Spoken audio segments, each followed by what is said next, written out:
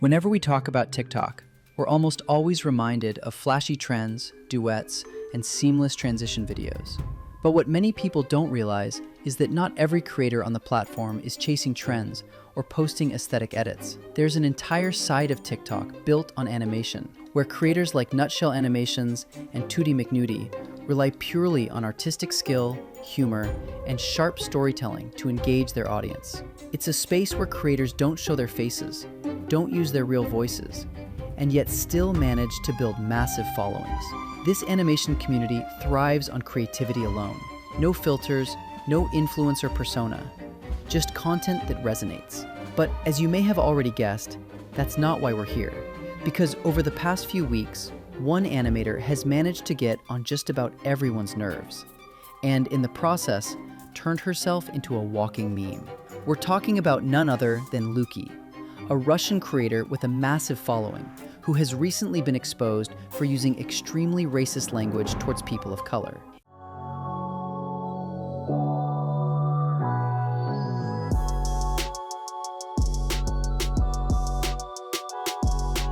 If that wasn't bad enough, instead of taking accountability, she followed it up with an apology so painfully out of touch that people began recreating it across social media. In fact, it was so bad that many started comparing it directly to Colleen Ballinger's infamous ukulele moment. So how did things spiral this badly? To understand that, we need to go back and look at how this all started. If you don't know who Luki is, she's an animator and digital artist on TikTok with nearly 784,000 followers, and a fairly recognizable name within the platform's animation community. Ever since joining TikTok in 2023, she has consistently produced content that manages to pull in massive engagement. In fact, not long after creating her account, her videos were already hitting millions of views, something most creators take years to achieve, if they ever do at all. Now, some people might argue that her content, or even her art style, isn't particularly impressive. Her videos often feature her real body, paired with an animated face, which, depending on the viewer, can come across as awkward, overly performative, or just not very polished. For some audiences, it feels a bit cringy, even immature, but clearly that hasn't stopped her growth. Here are a few of her most watched videos.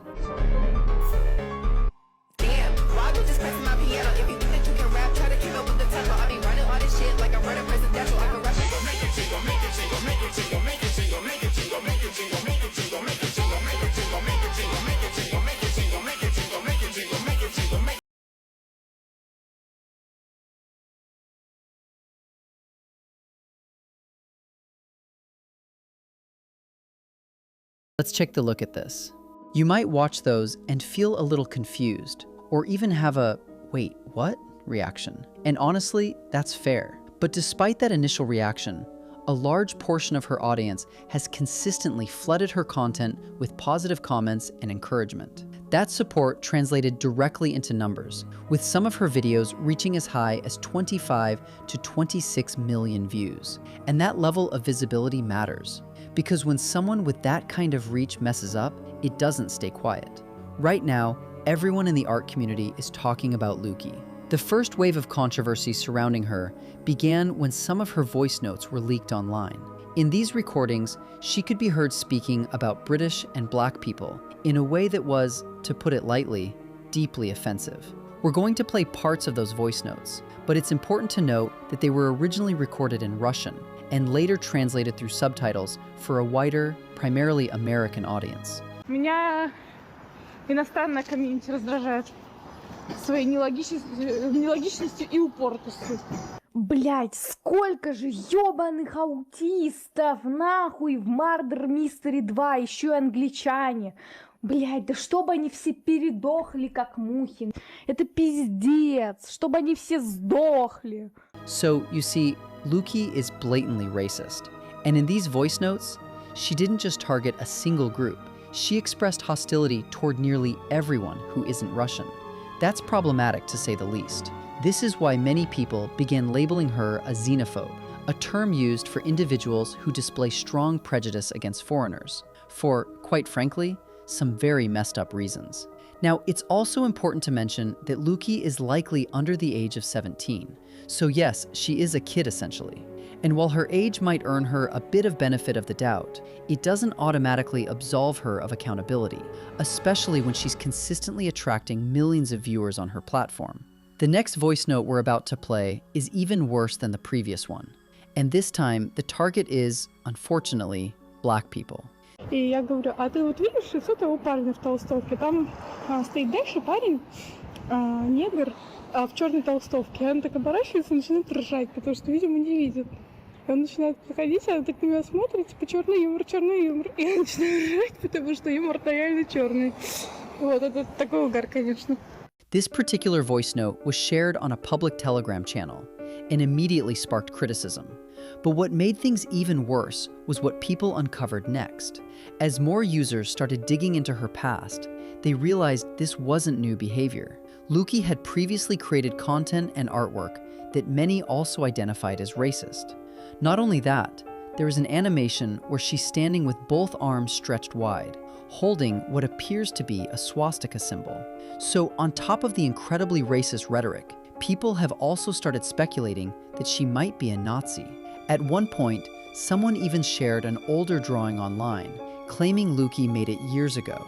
And as you can see, the character in that image bears an unsettling resemblance to a certain German dictator we all know all too well. Now, to be fair, Luki later clarified that this drawing was created as part of a school assignment. But given the context, especially her use of Nazi symbolism, many people aren't buying that explanation and remain convinced there's more to it. Unfortunately, the controversy doesn't stop there. Recently, Luki has also come under fire for back-to-back drama with another animator on TikTok. We're not going to dive too deep into the specifics of that feud because it's largely irrelevant to the bigger picture, but it is important to note how she handled it. At one point, people began accusing her of being transphobic. The situation started when she called out another animator for allegedly copying her content. In response, that creator escalated things, creating sexually suggestive animations involving Luki. And yes, that is genuinely disturbing, and it should be acknowledged as such. But Luki didn't exactly take the high road either. She responded by deliberately misgendering the creator, by saying that they are a woman, and that she does not give a F if she is a trans. And if that wasn't enough, she also went a step further, threatening to leak that person's passport information. While people are pissed about this whole scenario, we can't fully blame Luki here, considering that the other person basically sexually harassed a minor. And whoever they are clearly more in the wrong. But that's just one thing people are pissed about. Pretty recently, Luki posted an animated video in her tweening style that featured a young boy. And quite strangely, he appeared extremely young. I'm not lost in the tidal wave, because 7 minutes in heaven is all that I need when I get wet. 7 minutes in heaven, over the end and I'm not a virgin. The issue with this video was that the boy turned out to be 14 years old, making him more than 2 years younger than Luki herself, who is 17. This quickly sparked a debate in her comments, where some people pointed out how inappropriate it was for her to create a sexually suggestive video involving a 14-year-old, while others defended her, arguing that both of them are still underage. Some people also assumed that the boy might be her brother, which Luki later clarified was not the case. On top of all this, one of the biggest things that has irked people about her is her collaboration with another creator named Birdie, with whom she appears to be friends. Now, if you don't know who Birdie is, they are considered one of the biggest nuisances in the animation art community, known for being a zoophile, starting conflicts with other creators, being involved in repeated controversies, and claiming that they have evil autism. Hi, my name is Jack, or Lucifer. My pronouns are he, it. I'm 19. I'm aroaced and gay, ooh la la. My favorite colors are red, black, and yellow. I'm a demon kitty. I love rainbows and tacos and cats and randomness. I love scene and decora and emo, but that's pretty obvious, isn't it? I have evil autism. I love Luki, collaborating with Birdie, definitely did not go unnoticed. However, some people online have suggested that the collaboration was fake and that Luki might not even know Birdie personally or be aware of their long list of controversies. While that may be true, and there is a possibility that this particular allegation is baseless, there are far more serious issues like her blatant racism that she needs to be held accountable for. She is a notable creator with fans all across the world. Her YouTube following, for instance, comes from multiple regions. So she definitely owed her audience an apology after those voice notes were posted to Telegram and went viral. But instead of an apology, what people got was deflection and victim playing. One of the first videos she posted in response to the rising criticism was this one.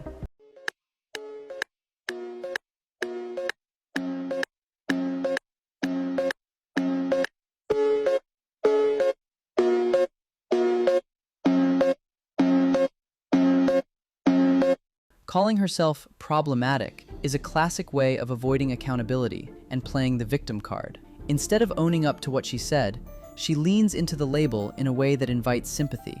In the description of the video, she also wrote, "Problematic.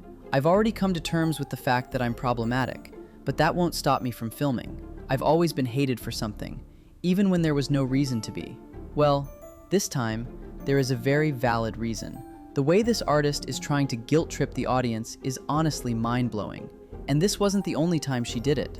Not long after this video, she posted this to her story, writing, "Why is everyone talking about public apologies? Will my apology change anything? I am not against apologizing, but I think it will only bring more hate, so I did not make a video about it. And besides, I don't think anyone will forgive me. To be honest, there is a possibility that people might not accept your apology. But if you are genuinely trying to do better, you apologize to take accountability for your actions. You do it even if the other person isn't ready to forgive you. Apologizing is an essential part of growth and doing better moving forward." But right now, it doesn't seem like Luki is ready to take that accountability. Because after facing criticism for refusing to apologize, she ended up posting a public apology so bizarre that it instantly went viral. Here is her now iconic apology video that has been circulating all over social media. If that wasn't strange enough, she turned off the comments on the video and even wrote in the description that she made the apology as a meme so that more people would see it. An apology as a meme? Brilliant thinking. Except it didn't quite land the way she expected. Instead of sympathy, the audience found it absurd. People were so amused by this masterpiece that they started recreating it across platforms, turning it into a widespread joke rather than the redemption she was aiming for. There were tons of remakes on TikTok just to make fun of her nonsense idea.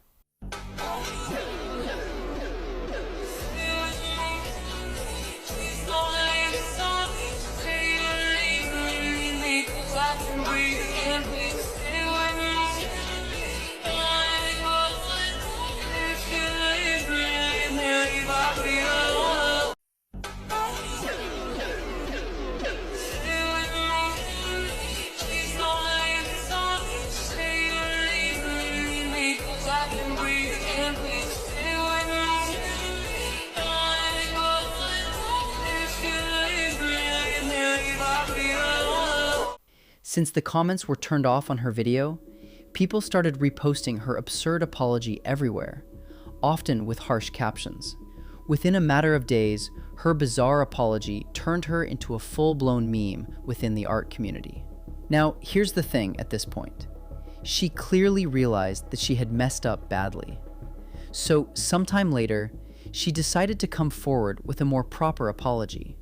While we wouldn't say it was perfect, it was still far better than her previous attempt.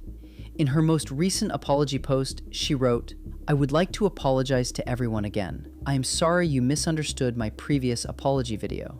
I made it as a meme, just so more people could see my changes. But for some reason, most people took it as a joke." Well, didn't you just say that you made your apology as a meme? And now you're confused that people took it as a joke? How else were people supposed to react to an apology that was literally presented as a meme? She admits to making it a joke and then seems surprised that people laughed at it. She also further wrote, "Now I am making a full-fledged apology and analysis. I honestly did not know the situation was so serious, that so many people would hate me. I did not expect it and did not think it would go this far. Russian mentality is very different from that of other foreign countries. I did not know you were so strict even about the pronunciation of the N-word. I honestly did not know that, and I apologize for that. I did not expect so many people to wish me a fate that starts with the letter D and write other terrible, terrible things. For that, I truly apologize. I am not a RT, I am not a NT, or any other terrible words. I have always treated everyone very well and loved everyone very much, regardless of their skin color and nationality. I also apologize specifically to the Americans. I explained on a Telegram channel that Americans refer to the English-speaking community in Russia. I agree it's bad, and I won't do it again. And I don't want Americans to hate me for it, because I have very good feelings for Americans, just like everyone else. Anyway, I hope this message helps, because I've seen thousands upon thousands of videos about how bad my apologies were. I apologize again. Forgive me if you can. You don't have to. I know that for some, I acted too badly. Now, to be fair, this apology does sound much better than the previous one, but it still has its issues. For example, she suggests that using racist language is somehow more acceptable in Russia, and that people outside are just more sensitive, which isn't really accurate. Even in Russia, if you're a public figure using offensive language, you will face criticism. So that explanation is pure bullshit. In the end, all we can say is that Luki is very young. While the backlash may have been overwhelming, it's also important that she's being held accountable. Because learning early on that racism and harmful behavior won't be tolerated is necessary, especially when you have a large platform. And also, apologizing through a meme, probably not the best idea. That's it for today. We'll see you in the next one. Don't forget to subscribe and hit the bell icon so you stay connected and get our latest updates.